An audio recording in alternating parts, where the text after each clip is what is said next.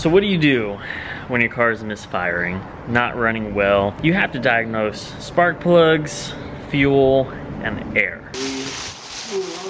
Oh, see, look, fuel. All of this is fuel. That's a perfect example. This is soup like fuel. Oh yeah, that's like fuel crazy. right there. Yeah. This is so perfect example. Damn. So, well, actually, will probably be soaked too. Yeah, bro. This one's soaked too. This is your other one. It's probably just super saturated.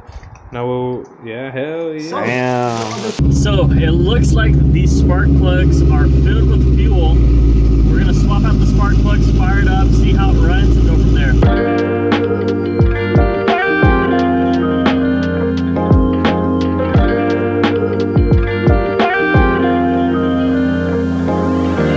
First thing we did is we swapped out all the spark plugs, brand new. I did it under warranty at O'Reilly's. Got all new 8 spark plugs fired up. Same exact issue happened. Go for it.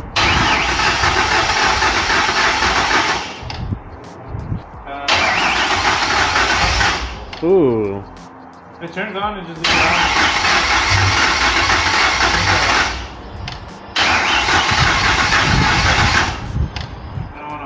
Then we took the car to S&P to get it tuned.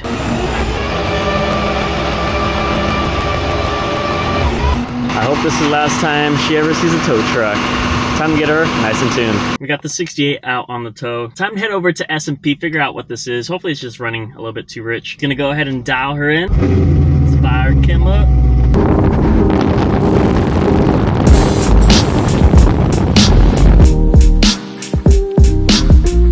S&P then took the car and further diagnosed thereafter. Let's move on to the fuel. So fuel pressure was good, of course, at 55 PSI.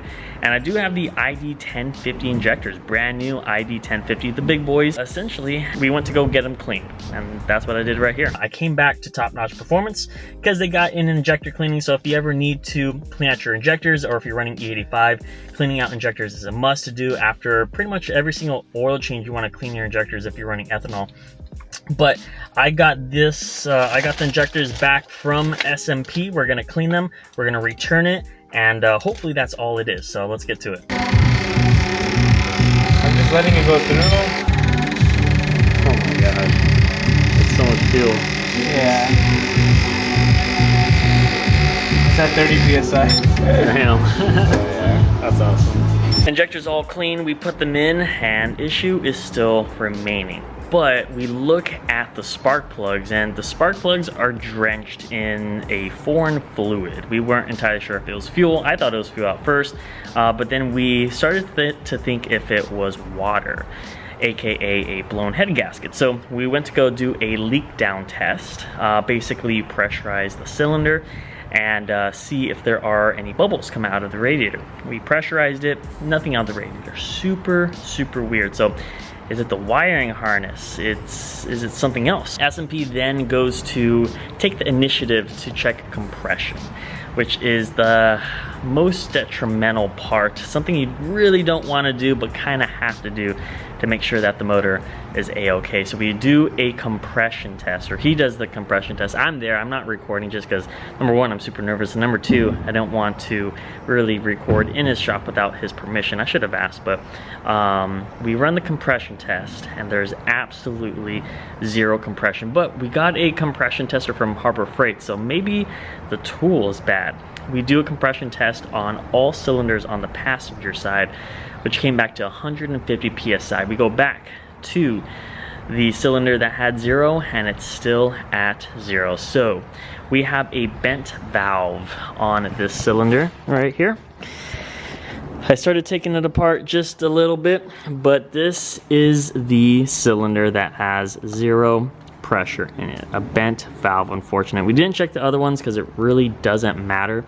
This full head has to come out of the car, which I've been in the process of doing already, just disconnecting everything. I'm gonna do headers next and take the manifold off, and then ultimately take off the head. But this one did not have compression, which was the reason why this car was running on 7 cylinders and misfiring, running really bad. Unfortunate. I am sad to say that it's gonna set us back just a little bit, but I'm starting to work on it ASAP.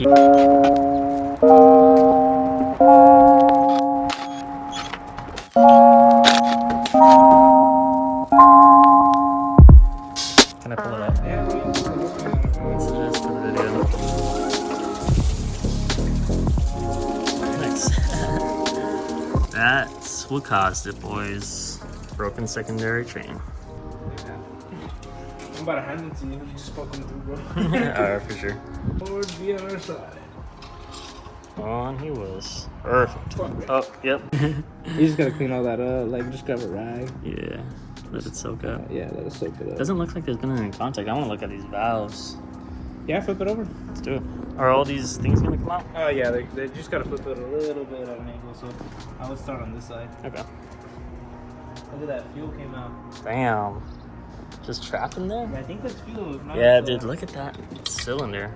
They fell out a little bit, but it's okay. Yeah, we'll put them back. No? Bent valve, look at that. You can see straight through right it. Yeah. Bent valves.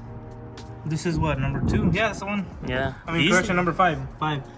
So bent valve. This is 5. Yeah. This is the one where all the fuel was going through. Gotcha. And then it would obviously... Dang, look at that. How neat and flush that is right there. Yeah. Yeah, that's the one that you had your... That's the intake. That's so weird. Check this out. Oh, no, I had to take the spring off. It's actually the secondary top one. Yeah, bent valve completely. And this right here, you have wear already. It's like blue. Damn. These look bent, by the way. There's little spaces, but I don't know if it's like space to give up. They're gonna have to redo them all. And there you have it. Broken secondary timing chain. How did that happen? I have absolutely no clue. I got the head. I'm gonna order the beefy timing chains, new components, new head gasket, basically everything that we need to get this head back on the road. Comment down below what you think could have been a broken secondary timing chain. I have no idea how this happened. I'm heading to the machine shop right now because I want this thing fixed ASAP.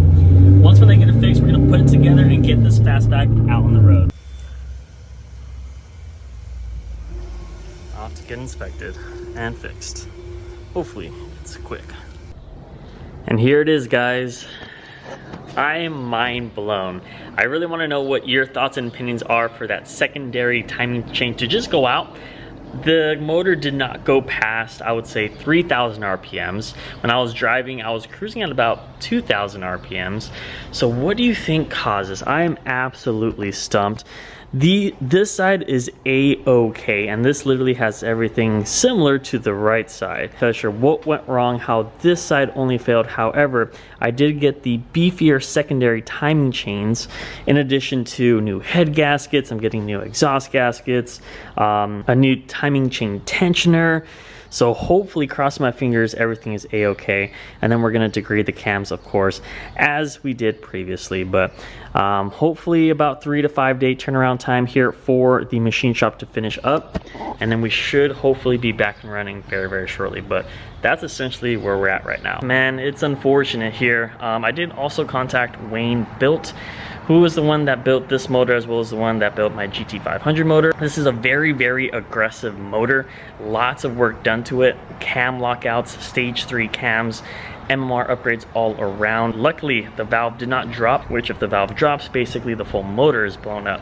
As of now, it's just a simple bent valve, not allowing compression for the cylinder to fire. So that is where we're at right now. It is unfortunate, but we need to get this up and running ASAP. Again, unfortunate that it had to happen, but at some point, some way, somehow, we have to get this car complete, and I'm not gonna stop until we get it out on the road, ripping it, doing some awesome content and videos here for you. I just want to provide you guys with an update, let you guys know what we found. It's really nobody's fault here until we figure out what went wrong. Again, huge shout out to Edwin from Top Notch Performance, as well as Carlos and Sergio from SMP.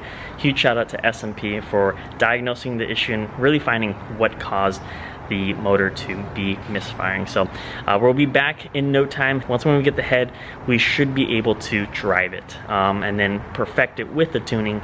And then after that, we got a lot more to come. So stay tuned for some more. I'll see you guys on the next one.